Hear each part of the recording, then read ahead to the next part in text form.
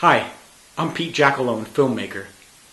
In the past, I've made some psychologically themed movies about serial killers. But recently, I've been wanting to make a historically accurate movie about a real serial killer. Well, two of the creepiest serial killers of the 20th century were John Gacy and Dean Corll. More so, because they were so well liked and respected in their communities. John Gacy from Chicago used to dress as Pogo the Clown and entertain children at charity events, thus became known as the Killer Clown. Dean Corll from Houston, Texas ran a candy factory and was well known and liked among children and teens for giving away candy, earning him the nickname the Candy Man. Yet collectively, these two men tortured and murdered over 60 young men and boys. Now, there have been multiple historically accurate real-life crime dramas produced about both these killers, so I knew my movie would probably have to take some creative liberties to tell the horrific stories in a new and compelling way. So I started to think, what might have happened if John Gacy and Dean Corll met and became friends? Well, this idea isn't exactly new.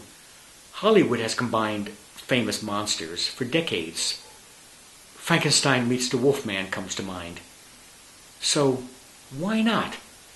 The Killer Clown meets the Candy Man. My name is Jeremy Woodworth, and this is a Pete Jacelone production about John Wayne Gacy.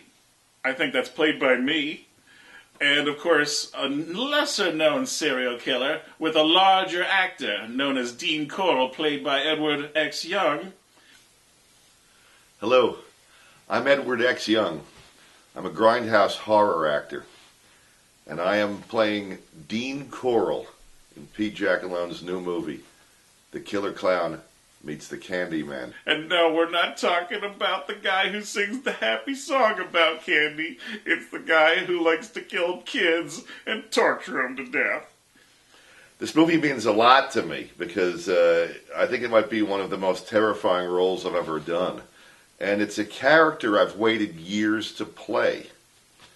I remember I was 14 years old when this true story unfolded. I had just moved from Texas to New York.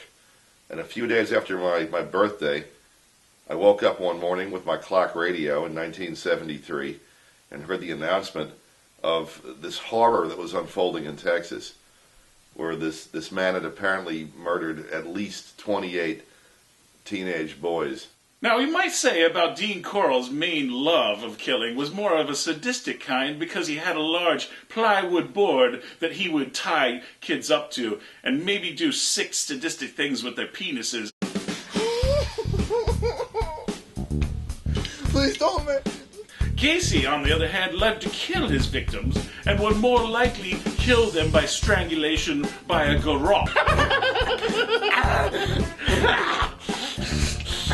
He hired 2 high school students to help him find victims, offering to pay them $200 apiece. I'm Eric Fleising. I play Elmer Wayne Henley Jr. in The Killer Clown Meets the Candy Man. So Elmer Wayne Henley Jr. was one of the 2 teenage assistants to Dean Corll, the prolific Texas serial killer. He'd get paid $200 for every kid he would bring to Dean Corll.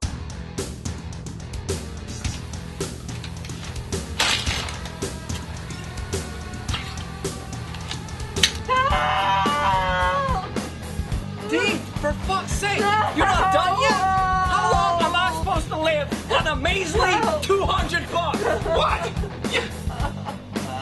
You ruined my concentration. Oh, boo-hoo. Hi, my name is Seth, Leighton, Hale, and I play David Brooks in The Killer Clown Meets the Candy Man, which is a weird take on an actual event. It's not illegal to hitchhike in Chicago, is it, officer? No, but I try to keep an eye on the youth around here. Where are you heading?